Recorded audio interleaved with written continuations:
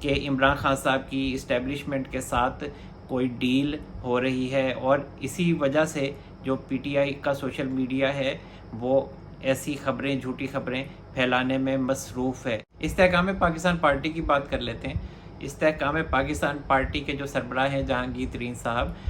انہوں نے election commission سے انتخابی نشان مانگا تھا کہ ہمیں عقاب الاٹ کیا جائے، لیکن جو الیکشن کمیشن ہے اس نے کہا ہے کہ ہم آپ کو عقاب الاٹ نہیں کر سکتے، ہم آپ کو چڑیا الاٹ کر سکتے ہیں۔ اور وہ اس وجہ سے کیونکہ جو آل پاکستان مسلم لیگ ہے،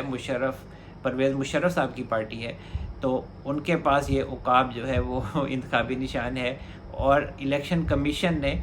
جو آل پاکستان مسلم لیگ ہے ان سے کہا ہے کہ آپ پارٹی انٹرا الیکشن کروائیں اور 15 دنوں میں کروائیں، ورنہ پھر آپ کا جو یہ عقاب ہے وہ واپس لے لیا جائے گا اور پھر کسی اور پارٹی کو دے دیا جائے گا۔ اور عمران خان صاحب کو جو چیف جسٹس عمر عطا بندیاز صاحب ہیں، انہوں نے یہ بڑا ریلیف دیا ہے جو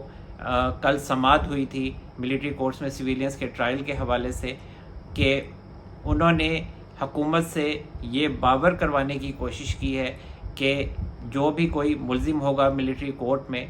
اور اس کا ٹرائل ہوگا تو اس کو اپنی مرضی کا وکیل کرنے دیا جائے گا، اور اس کے علاوہ فیملی بھی اس کے ساتھ ہوگی، اور جو سزا ہوگی ملٹری کورٹ اس کی ریزننگ دے گی۔ ایک اور اہم معاملے پر بھی بات کر لیتے ہیں کہ ملٹری کورٹس میں سویلینس کے ٹرائل کے خلاف جو درخواستیں تھیں اور اس پر سپریم کورٹ میں کل ایک اہم سماعت تھی، اور چیف جسٹس عمر عطا بندیاز صاحب کی سربراہی میں 6 رکنی بینچ نے اس معاملے کی سماعت کی، اور جو اٹارنی جنرل تھے عثمان منصور عوان صاحب، انہوں نے اپنے دلائل میں یہ بات بتائی کہ ملٹری کورٹس میں جس ملزم کا بھی ٹرائل ہوگا اس کو اس کی مرضی کا وکیل کرنے کی اجازت ہوگی، فیملی اس کی وہاں موجود ہوگی جب ٹرائل ہوگا۔ اس کے علاوہ جو ملزم کو سزا ہوگی ملٹری کورٹ کی طرف سے اس کی مکمل طور پر ریزننگ دی جائے گی۔ اس کے علاوہ جو چیف جسٹس عمر عطا بندیاز صاحب ہیں، انہوں نے استفسار کیا اٹارنی جنرل عثمان منصور عوان صاحب سے کہ کیا ملزم کو رائٹ آف اپیل ملے گا، اس حوالے سے کیا فیصلہ ہوا ہے ریاست کا۔ اس پہ عثمان منصور عوان صاحب نے کہا کہ ابھی اس کے اوپر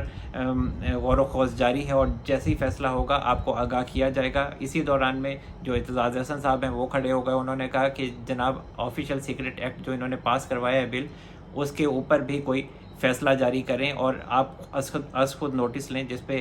جو چیف جسٹس عمر عطا بندیاز صاحب ہیں انہوں نے کہا کہ یہ وہ معاملہ نہیں ہے، اور اب اس کا طریقہ کار جو ہے وہ تبدیل ہو چکا ہے، تو ابھی اس کے اوپر کوئی 184/3 کے تحت کوئی بینچ نہیں بن سکتا، از خود نوٹس نہیں لیا جا سکتا۔ اب اعتزاز احسن صاحب جو کہ لاہوری گروپ کے ممبر ہیں، تو ان کا یہی تھا مقصد کہ جس طرح سے پریکٹس اینڈ پروسیجر بل کے اوپر سٹے کیا ہے چیف جسٹس عمر عطا بندیاز صاحب نے، جس طرح سے ان کو سننی پڑی ہیں، تو اب یہاں پہ بھی جو آفیشیل سیکرٹ ایکٹ ہے وہ بھی خیر عمران خان صاحب کے خلاف ہی ہے۔ جو وہ سائفر والا معاملہ ہے اس میں عمران خان صاحب ڈھکے جائیں گے، تو اسی وجہ سے پھر اعتزاز احسن صاحب کو اس میں شرمندگی اٹھانی پڑی ہے۔ اور اس کے علاوہ جو چیف جسٹس عمر عطا بندیاز صاحب ہیں، انہوں نے کہا کہ جی اب چھٹیاں ہیں اور اب معاملہ جو ہے وہ آگے کی طرف چلا جائے گا، عثمان منصور عوان صاحب کوئی ہمیں اور مزید کوئی بہتر سجیشنز دیں، اس کے ورنہ پھر ہم نے فیصلہ تو کرنا ہی ہے۔ تو ابھی معاملہ جو ہے پھر اس کے علاوہ انہوں نے یہ بھی کہا کہ جو میاں والی میں جو ایئر بیس ہے وہاں پر جہازوں کو آگ لگانے کی کوشش کی، بہت بری بات تھی، یہ اچھا نہیں ہوا یہ۔ اور اعتزاز احسن صاحب نے یہ بات کی کہ جی یہ جو عمران خان صاحب کے لوگ تھے، اگر آرمی نے گولی نہیں چلائی تو چلانی چاہیے تھی، اور یہ عثمان منصور عوان صاحب نے یہ بات کی تھی کہ آرمی نے جو عمران خان صاحب کے لوگ تھے ان پر گولی نہیں چلائی، جس کے جواب میں اعتزاز احسن صاحب، آپ کو پتہ ہے کہ آج کل بیچارے عمر کا بھی تقاضا ہے اور وہ آج کل خاصے غصے میں ہے، اور اسی وجہ سے انہوں نے غصے میں یہ بات کہہ دی کہ عمران خان صاحب کے جو لوگ تھے ان پہ آرمی کو پھر گولی چلا دینی چاہیے تھی، جس پہ چیف جسٹس عمر عطا بندیاز صاحب نے کہا کہ نہیں، ایسا نہیں ہونا چاہیے تھا، بہت اچھا ہوا کہ آرمی نے اپنے لوگوں کے اوپر گولی نہیں چلائی۔ اور پھر اس کے بعد یہ جو سماعت ہے وہ پھر غیر معینہ مدت کے لیے ملتوی ہو گئی، اور یہ جو چیف جسٹس عمر عطا بندیاز صاحب ہیں انہوں نے یہی کہا ہے کہ جو بھی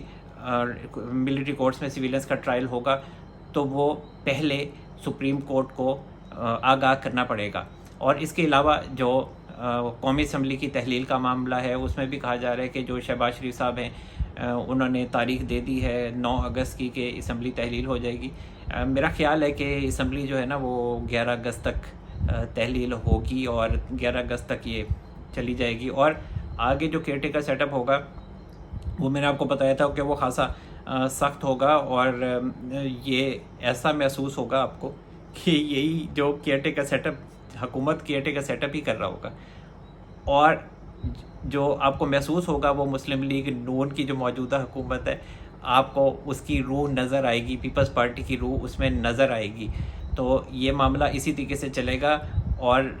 جو نون لیگ ہے اس کی جو کابینہ ہے ان کے جو کچھ لوگ ہوں گے وہ بھی شامل ہوں گے اس میں۔ اب ہو سکتا ہے کہ یہ سارے وزراء شامل نہ ہوں، لیکن میرا خیال ہے کہ اسحاق ڈار صاحب کی پریزنس اس میں ہوگی۔ اس کے علاوہ جو